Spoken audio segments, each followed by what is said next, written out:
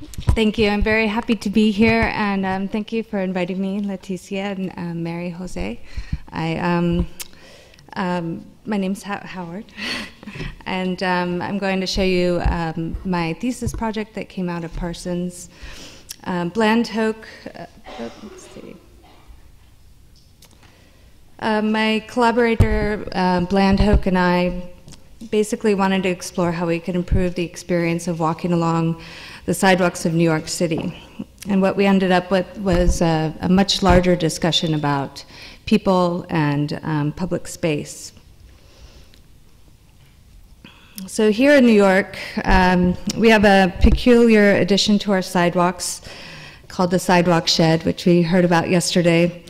And they proliferate our streets. While legally they're necessary, they're a massive blight and an eyesore on the city. This is actually a very nice one here. We wanted to see what could be done about this, and we found them to be a perfect design opportunity. So I'll briefly describe the thinking behind this project.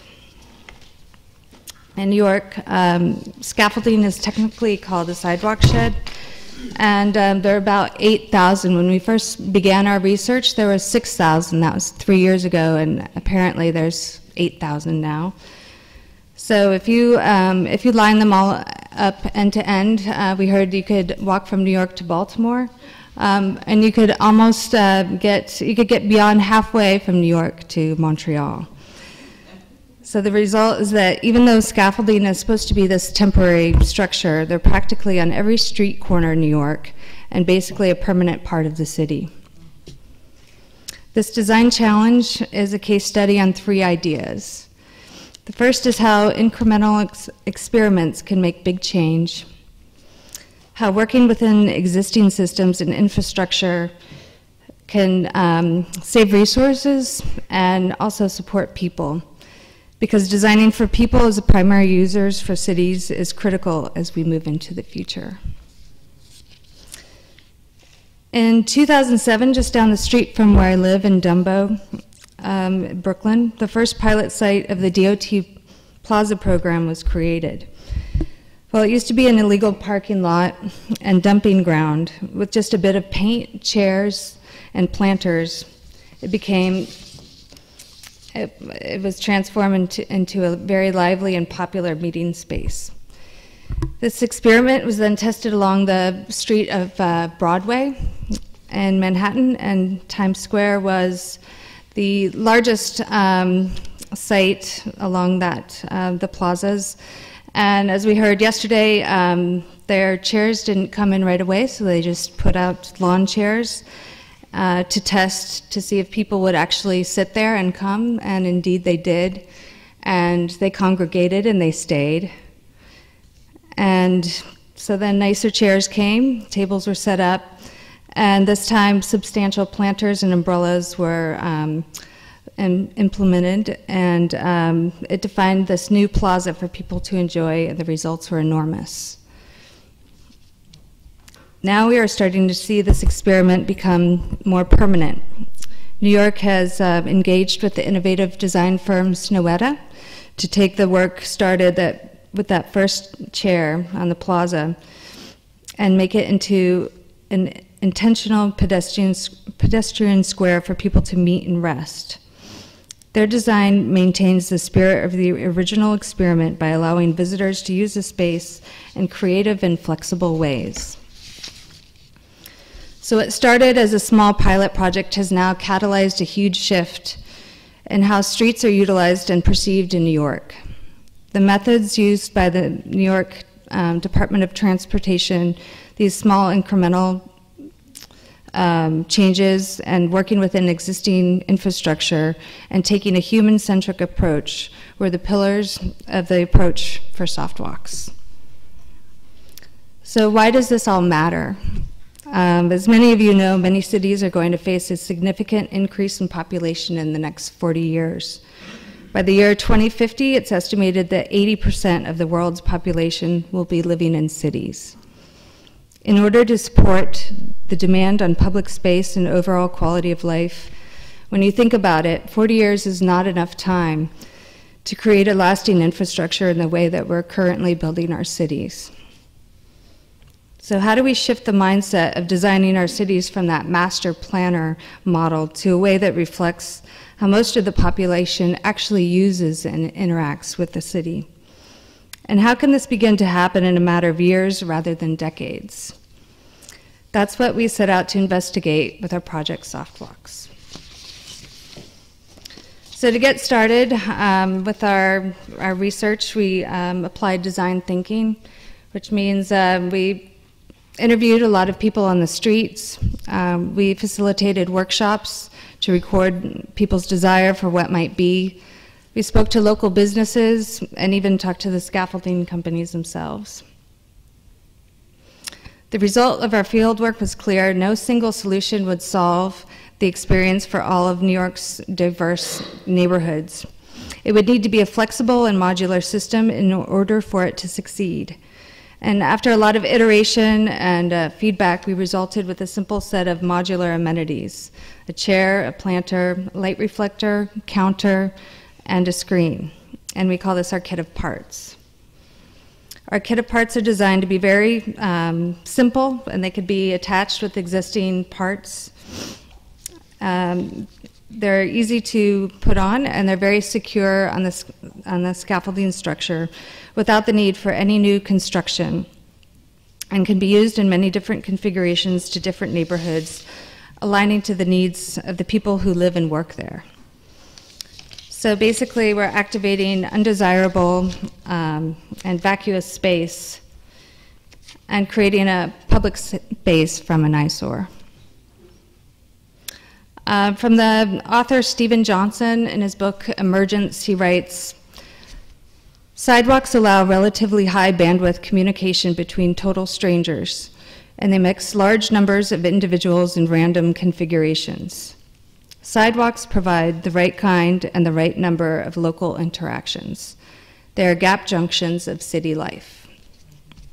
This insight feeds our theory that sidewalks are important public spaces that require thought and design intention, because they're also ripe with potential for innovation and connection through spontaneous interaction.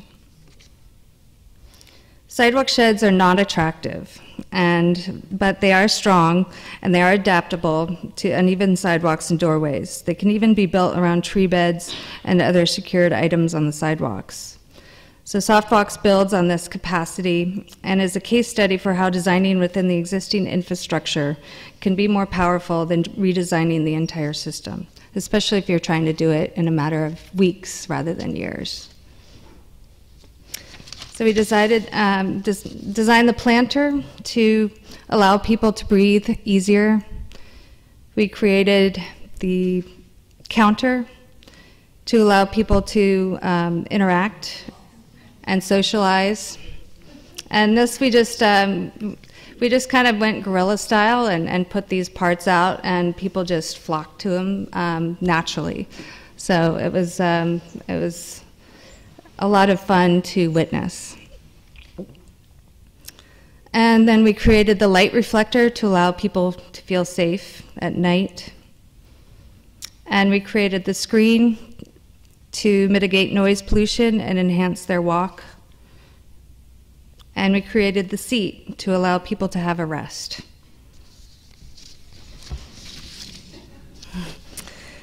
The next step was to test our kit of parts in the field. We took the kit to various neighborhood festivals to see how people would feel about them, and the response was overwhelmingly positive. I wish I could zoom in here, but this is the Dumbo Arts Festival. And the response was overwhelmingly positive. People wanted to know how long this is going to stay up, where they could find one in their neighborhood and how they could get one in their neighborhood. Businesses wanted to know how much they were and where they could order them. So it was definitely proof that, that people like this. And we even won the Innovation by Design Awards from Fast Company.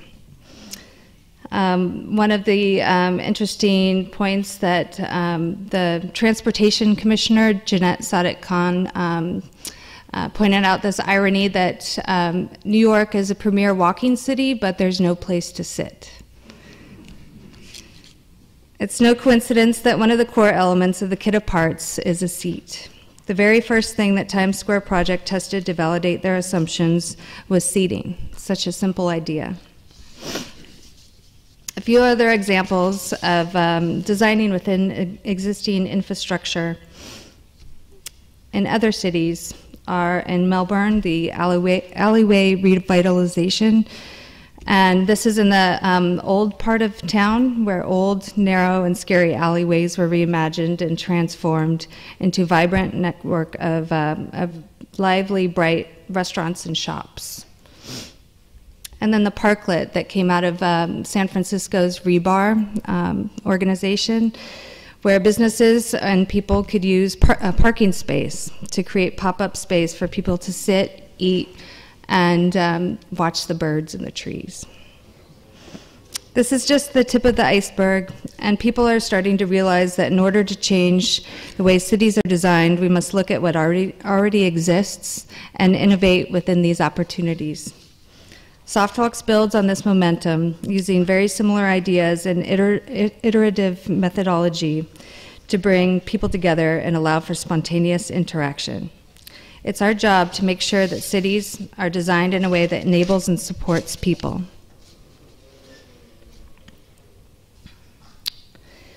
The Death and Life of Great American Cities, from The Death and Life of Great American Cities, Jane Jacobs writes, "The more successfully a city mingles everyday diversity of uses and users in its everyday streets, the more successfully, casually, and economically its people thereby enliven and support well-located parks that can thus give back grace and delight to their neighborhoods instead of vacuity."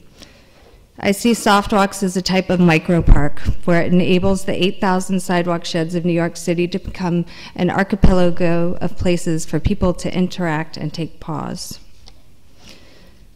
Remember, as humans, we are built for small communities, open space, and appropriate sensory loads. We're not built to live in isolated boxes, in crowded, dark, car-clogged streets, and with constant levels of noise and speed. It's just too much. In order to design our cities to be better in the near future, we need to consider including places where people can slow down and breathe a little deeper and share a moment. Without creating spaces like this, social, mental, and physical problems in people could escalate to a level that are only imagined in science fiction. The cities that do design places that support the wellness of its people will be more productive, have lower health costs, lower crime, and citizens that are connected to each other and feel a stewardship for their city. As designers and decision makers, it's our responsibility to test our ideas and enable change to happen quickly and effectively so that the future generations will reap the benefits of the more humane streetscapes. Thank you.